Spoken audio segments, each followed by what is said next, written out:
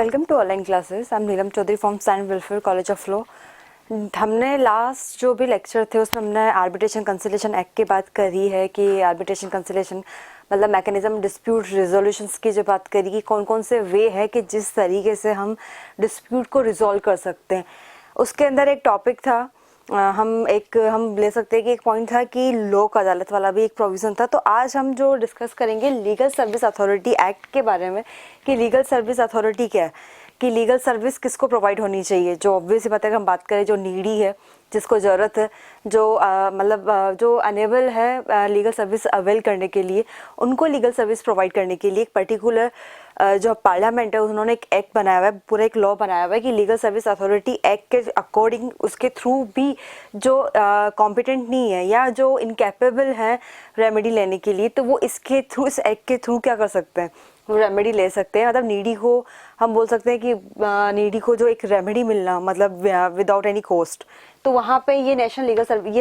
Service authority है कि किस तरीके से लीगल सर्विसेज प्रोवाइड करी जा सकती है। तो इसको दो पार्ट में हमने डिवाइड करा है। एक पार्ट है लीगल सर्विसेज, दूसरा पार्ट है लोक अदालत। तो लीगल सर्विसेज के अंदर क्या है, जो लीगल सर्विसेज प्रोवाइड करी जा सके, तो इसको इतनी पॉपुलेशन है तो हम इस सर्विसेज तो ऐसे प्रोवाइड हो नहीं सकती। तो इस सर्विसेज को एक्चुअली मतलब हम बोल सकते हैं कि पार्ट में डिवाइड करा हुआ है कि अगर बात करें नेशनल लीगल सर्विस, जो सुपीरियर नेशनल लीगल सर्विस है, नेशनल लीगल सर्विस के बाद में क्या, supreme court legal service authority act legal service committee बनी हुई है। उसके बाद में स्टेट लीगल सर्विस बना हुआ है, स्टेट लीगल सर्विस अथॉरिटी बनी हुई है। उसके अंदर कौन कौन से मेंबर्स होंगे या कौन उनकी पावर्स क्या है, किस तरीके से सर्विसेज मिलेगी। या फिर अगर हम बात करें कि अंदर पहले हमने बात करी है किसके अंदर कौन कौन है, हम बात करें नेशनल लीगल सर्विस अथॉरिटी है, फिर supreme court legal service authority है, फिर बात करी जा रही है स्टेट लीगल सर्विस अथॉरिटी है, फिर आ जाएगी high court legal service committee. उसके बाद में क्या है, taluk district legal service authority है। उसके बाद में है लास्ट में तालुक लीगल सर्विस अथॉरिटी। मतलब एक तरह से अगर हम देखे जाए 1 2 3 4 5 6 ये 6 तरीके हैं जिस तरीके से लीगल सर्विसेज आपको जो भी अगर है कि मान लीजिए अगर उनको लीगल सर्विस अवेल नहीं हो रही है तो वो इन 6 तरीके में वो एप्लीकेशन फाइल करके ये लीगल सर्विस अथॉरिटी मतलब लीगल सर्विस ले सकते हैं, मतलब इनके बेनिफिट्स ले सकते हैं। अगर हम बात करें national legal service, state legal service या सुप्रीम कोर्ट लीगल सर्विस या हाई कोर्ट की जो बात करेगी लीगल सर्विस कमेटी जो है, या डिस्ट्रिक्ट हो गई या तालुक हो गई, ये सब इनकी पावर्स जो होंगी, या हम इनके बात करें इनके टर्म्स ऑफ कंडीशंस की जो बात होगी, या जिनका वे ऑफ वर्किंग हम जो बोले हैं कि किस तरीके से ये जो कमेटी है या एक्ट है या अथॉरिटीज़ है किस तरह से रन करेगी, तो सबका प्रोसेस सेम है। बट इनमें ये है कि नेशनल लीगल सर्विस के अंदर किसी और मतलब जो इसके अंदर जो बात करेगी पार्टनर इन चीफ कौन होगा, या हम बात करें एग्जीक्यूटिव चेयरमैन कौन होगा, तो इस तरीके से सिर्फ पर्सन्स का डिवाइडेशंस है। बाकी इनकी सारी पावर्स या हम बोल सकते हैं फंक्शंस जो हैं वो सबके सिमिलर हैं। अलाउंसेंस जो प्रोवाइड करी जाएगी वो किस तरीके से होगी, सैलरी कौन डिसाइड करेगा, तो ये इनके बेसिक। तो अगर हम बात करेंगे नेशन के अंदर, तो नेशन के अंदर कौन है, chief justice of India, CJI decide करेंगे, सेंट्रल अथॉरिटी के पास में पावर होगी। स्टेट के अंदर हम आएंगे तो स्टेट की गवर्नमेंट के पास में, गवर्नर के पास में चली जाएगी। पर यहाँ पर भी अगर जुडिशियल ऑफिसर के हिसाब से अगर देखें तो कौन हाईएस्ट उस पर, तो chief justice of high court. तो यहाँ पे यही प्रोविजन है कि जो जुडिशरी ऑफिसर के अंदर जो हाईएस्ट पर्सन होगा, जो हाईएस्ट पर्सन डेजिग्नेशन के उस पर है, वो इस कमेटी का, इन कमेटी का क्या होगा, वो चेयरमैन होगा। मतलब अगर स्टेट की बात है या तालुक की बात करें या डिस्ट्रिक्ट की बात करें तो डिस्ट्रिक्ट में डीजे होंगे, और अगर हम इसकी बात करें स्टेट के अंदर तो स्टेट के अंदर chief justice of high court होगा। तो ये एक्चुअली जनरल प्रोविजंस है कि किस तरह से लीगल सर्विसेज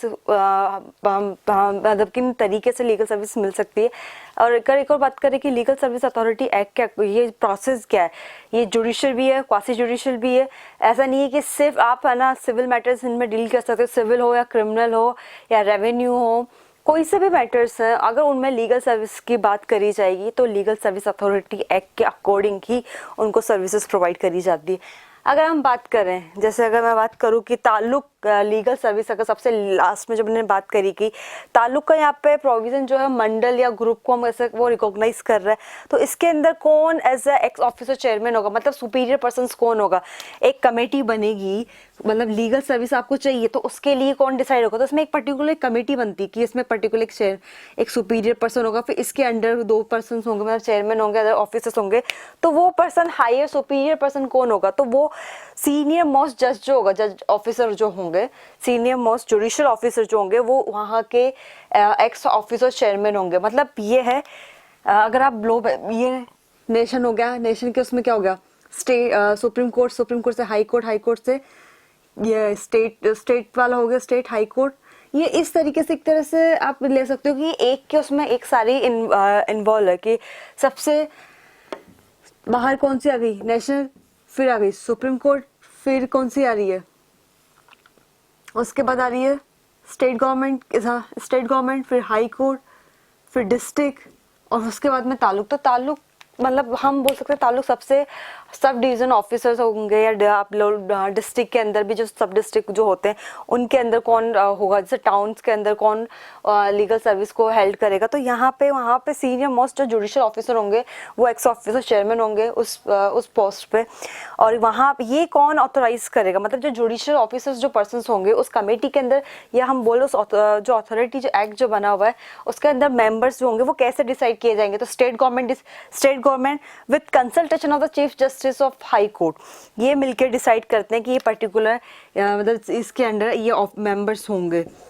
मतलब मेंबर्स की अथॉरिटी किनके पास में दी गई, state government with consultation of the chief justice of high court. अब अगर हम बात करें कि ताल्लुक जो है, अगर हम बात करें ताल्लुक लीगल सर्विस अथॉरिटी का काम क्या है, तो सबसे पहले कोऑर्डिनेट करना लीगल सर्विस को, कि किस तरीके से आप कोऑर्डिनेट कर सकते हो। लीगल सर्विसेज के अंदर सारी चीज़ें आ जाएगी, मेंटेनेंस ऑर्डर हो गया है, या फिर फूड प्रोवाइड करना, सेफ्टी ऑर्डर, मेडिकल फैसिलिटीज़, ये सारी जो लीगल सर्विसेज जो प्रोवाइड करी जा सकती है वो सब लीगल सर्विसेज के थ्रू उनको प्रोवाइड करना। तो यहाँ पे कोऑर्डिनेट कौन कर रहा है, ताल्लुक लीगल सर्विस अथॉरिटी का ये काम है, ऑर्गेनाइजेशन है कि वो क्या काम करेंगी, वो वहाँ पे लीगल सर्विस को कोऑर्डिनेट करेंगी। फिर बात करी जा रही है, सेकंड जो प्रोविजन है वो बात कर रही है लोक अदालत की, कि लोक अदालत किस तरह से आप ऑर्गेनाइज करोगे। तो मैंने आपको पहले भी बोला कि लोक अदालत के अंदर ये जो अथॉरिटी होती है ये कोर्ट के थ्रू जाती है, कि वहाँ पे कोर्ट नॉमिनेटेड करती है पर्सन्स को, या एक कमेटी बनेगी, उसके अंदर एक जुडिशियल ऑफिसर्स होते हैं, मतलब जुडिशियल ऑफिसर्स की इनकी पूरी टीम होती है। उसके हिसाब से उस मैटर को क्या किया जाता है, मैटर को सॉर्ट आउट किया जाता है कि जो मैटर्स उनको लगते हैं कि कोर्ट के बाहर भी तरीके मतलब दूसरे वे से भी जाके इन मैटर को सेटल आउट किया जा सकता है। तो कोर्ट वहाँ पे एक पर्टिकुलर डेट जो होती है वो डिसाइड कर देती है कि हाँ कि आज ये पर्टिकुलर डेट पे हम लोक अदालत ऑर्गेनाइज करेंगे। तो वहाँ पे ये ऑर्गेनाइजेशंस की जो बात कर रहा है कि लोक अदालत को ऑर्गेनाइज कौन कर रहा है, ताल्लुक लीगल सर्विस अथॉरिटी। फिर हम बात करें कि जो भी अदर फंक्शंस होंगे जो डिस्ट्रिक्ट अथॉरिटी के अंदर होने चाहिए भाई फॉर लीगल सर्विसेज के लिए, तो वो फंक्शंस भी कौन परफॉर्म करेगा, वो ताल्लुक लीगल सर्विस। मतलब डिस्ट्रिक्ट के अंदर जो भी चीज़ें होंगी, ठीक है, डिस्ट्रिक्ट के अंदर जो भी चीज़ें होंगी वो ताल्लुक लीगल सर्विस अथॉरिटी के थ्रू हेल्ड होगी, मतलब वो ही परफॉर्म करेंगे सारे फंक्शंस को। ये तो था ताल्लुक लीगल सर्विस अथॉरिटी। अगर हम बात करें एक और चीज़ में जो बात इसमें थी कि लीगल सर्विस अथॉरिटी के अंदर जो डेफिनेशंस क्लोज जो है, ये यहाँ पे कोर्ट की डेफिनेशन को अलग से डिफाइन करा गया। तो यहाँ पे कोर्ट के अंदर सारी चीज़ आ जाएगी, सिविल, क्रिमिनल, रेवेन्यू या जुडिशियल, क्वासी जुडिशियल एटसेट्रा। इसमें सारी कोर्ट को डिफाइन करा हुआ, पर्टिकुलर ऐसे है नहीं कि सिविल कोर्ट जुरिडिक्शंस लगेगा या क्रिमिनल कोर्ट जुरिडिक्शंस लगेगा या रेवेन्यू जा रहा है या फिर ट्रिब्यूनल हम ले सकते हैं कि पर्टिकुलर ट्रिब्यूनल की बात करी गई। इसमें सारे कोर्ट कंसिडर करे जा रहे हैं। लीगल सर्विस अथॉरिटी जो है वो 9 नवंबर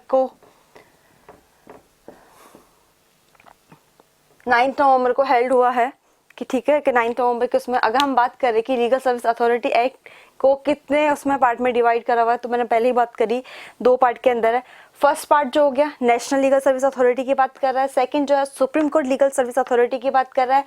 थर्ड प्रोविजन जो स्टेट लीगल सर्विस अथॉरिटी की बात कर रहा है, फोर्थ प्रोविजन है जो high court legal service committee की बात कर रहा है, फिर बात करी जा रही डिस्ट्रिक्ट लीगल सर्विस के, लीगल सर्विस अथॉरिटी क्या होगी, और फिर बात करी जा रही ताल्लुक लीगल सर्विस। तो ये ताल्लुक legal service authority section 11A और B को डील करता है। A के अंदर इसके प्रोविजंस, इसके फंक्शंस, इसकी वो बात होगी कंपोजिशंस की हो जाएगी। B के अंदर इसके ऑर्गेनाइजेशंस की बात करी जा रही है। अब अगर हम बात करें कि ठीक है ये तो ताल्लुक लीगल सर्विस तो हो गया, अगर हम बात करें कि इसके अंदर अब क्या प्रोविजंस बचे हैं कि नेशनल लीगल सर्विस अथॉरिटी, अगर हम नेशनल लीगल सर्विस में क्या आएगा, नेशनल लीगल सर्विसेज के अंदर सारी चीज़ें कि कौन इसको ऑथोराइज करेगा,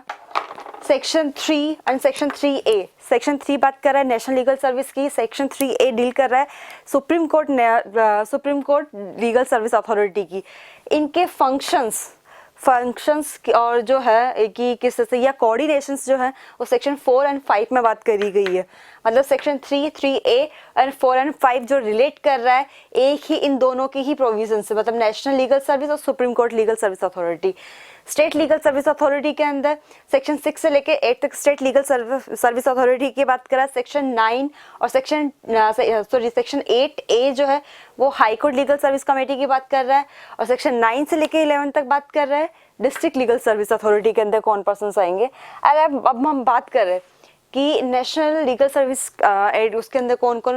मतलब नेशनल लीगल सर्विस अथॉरिटी जो है उसके अंदर कौन पर्सन होगा, उनका काम क्या है, किस तरीके से उसको कोऑर्डिनेट किया जाएगा। तो यहाँ पे जो नेशनल लीगल सर्विस अथॉरिटी के अंदर किसी को भी अगर अपॉइंट किया जाएगा तो यहाँ पे अपॉइंट कौन करता है, सेंट्रल गवर्नमेंट अपॉइंट करती है। यहाँ पे जो पावर है वो सेंट्रल गवर्नमेंट के पास में पावर है। तो सेंट्रल गवर्नमेंट क्या करेगी, जो मतलब जो चीफ जस्टिस ऑफ इंडिया जो है, चीफ जस्टिस ऑफ इंडिया जो है उनको as a partner in chief as appoint करेंगी। मतलब सुपीरियर हेड, मैंने आपको पहले भी बोला जो जुडिशरी जो सुपीरियर हेड होगा वो कौन होगा,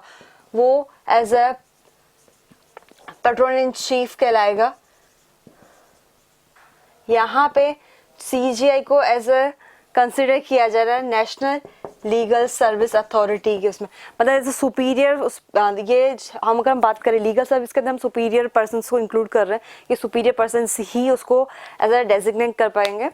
अगर हम बात करें कि जो है कि बाकी और कौन, मतलब एक तो पर्सन हो गया पार्टनर इन चीफ। अब बात करी जाएगी कि एग्जीक्यूटिव चेयरमैन कौन होगा। तो जो भी सुप्रीम कोर्ट रिटायर्ड जज है,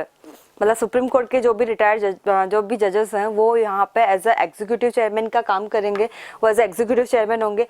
अगर हम बात करें मेंबर सेक्रेटरी की, इसमें एक मेंबर सेक्रेटरी भी होगा, उसको कौन ऑथराइज कौन अपॉइंट करेंगे, तो central government with consultation of the chief justice of India ये मिलके एक मेंबर सेक्रेटरी को अपॉइंट करते हैं। जो टर्म्स एंड जो कंडीशंस होंगी वो सेंट्रल गवर्नमेंट के अकॉर्डिंग उसमें डिसाइड की जाती है। जो सेंट्रल अथॉरिटी है वो अपॉइंट करेगी ऑफिसर्स को, इनकी अलाउंसेस जो होंगे वो जो कंसोलिडेटेड फंड ऑफ सैलरी और अलाउंसेस कहाँ से पे किए जाएंगे। अगर हम बात करें कि आपने ऑथोराइज तो कर दिया बट ये किस तरीके से डिटरमाइन कर पाएंगे, तो वहाँ पे इनको अलाउंसेस जो होंगी वो कंसोलिडेटेड फंड ऑफ इंडिया से प्रोवाइड करी जाती है। अब यही हम बात कर रहे हैं कि अगर supreme court legal service authority के अंदर हम बात करें कौन होगा, तो supreme court legal service authority के अंदर जो एग्जीक्यूटिव जो चेयरमैन जो होंगे वो होंगे जो वहाँ पे एज सिटिंग जज ऑफ द होंगे, मतलब जो हायर जो सिटिंग जज ऑफ द जजेस होंगे सुप्रीम कोर्ट जज, वो क्या होंगे, वो चेयरमैन होंगे और वो नॉमिनेटेड होंगे by chief justice of India.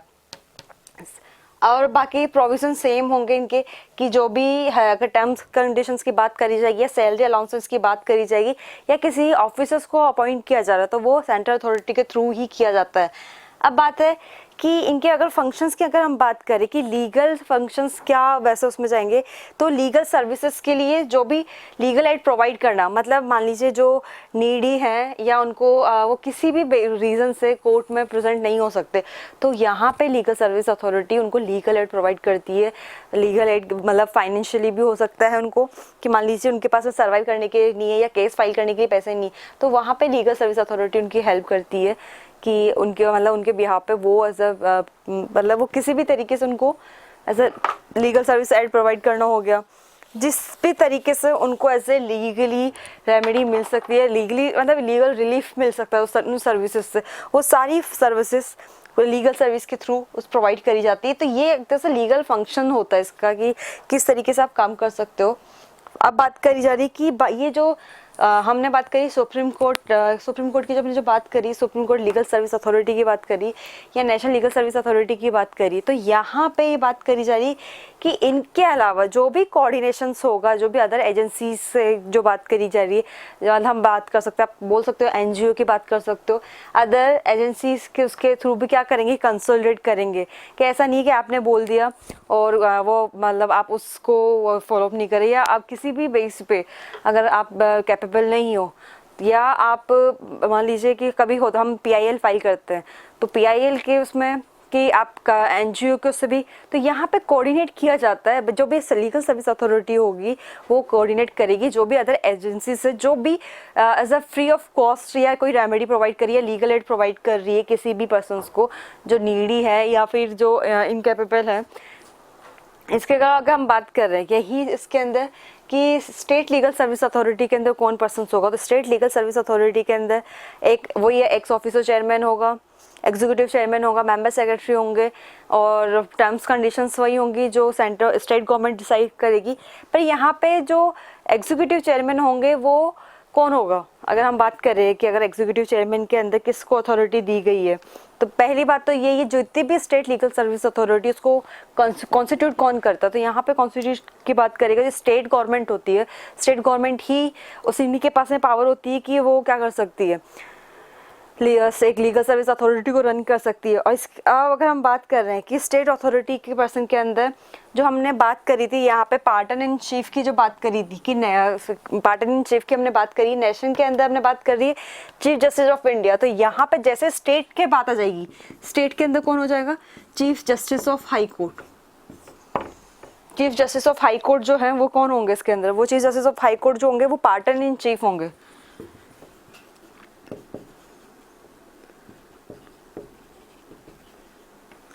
Pattern in chief कहलाएंगे कि इसके अंदर मतलब जो भी हम अगर बोले कि जो सुपीरियर अथॉरिटीज़ के अंदर जिनकी बात करी जा रही है कि सुपीरियर पर्सन जो है एज अ लॉ उसमें वो इनके मतलब एज अ हेड है, आप उनको हेड समझ सकते हो। दूसरा प्रोविजंस ये है कि हमने ये तो बात कर ली पार्टन इन चीफ। अब बात करें एग्जीक्यूटिव चेयरमैन के अंदर, तो एग्जीक्यूटिव चेयरमैन में कौन होगा, या तो रिटायर्ड जज या फिर जो सर्विंग मतलब जो सर्विसेज के अंदर है, मतलब यहाँ पे सर्विंग का कंसिडर ऐसा नहीं है कि जो सर्विसेज दे रहे हैं जो भी हाई कोर्ट जो जजेस होंगे या तो रिटायर या फिर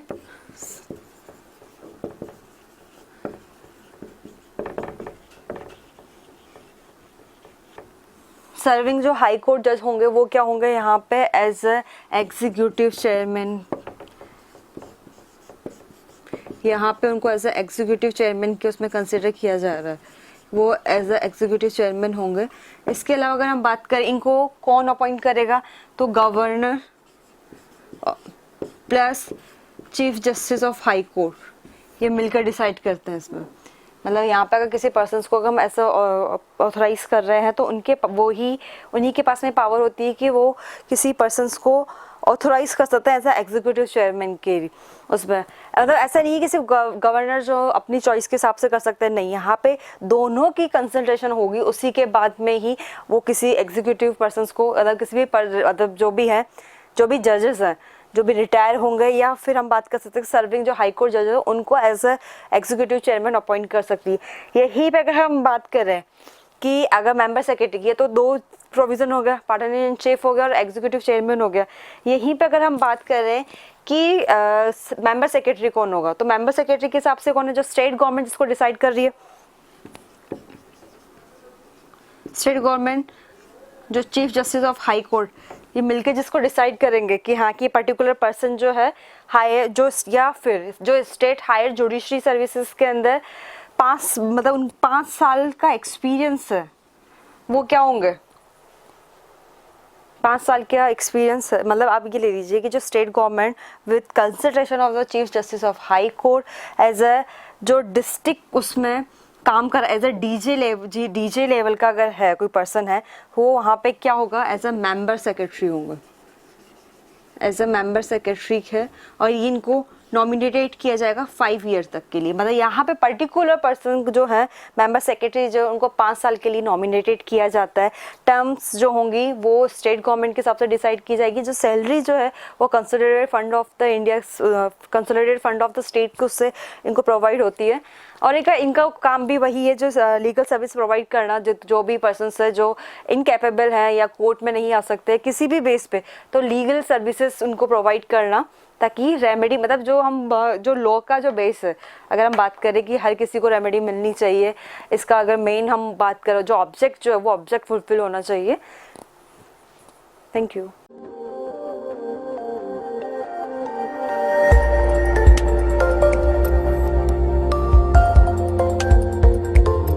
at St. Wilfrid College of Law, Sector 10, Meera Marg, Madhyam Marg, Jaipur, Rajasthan.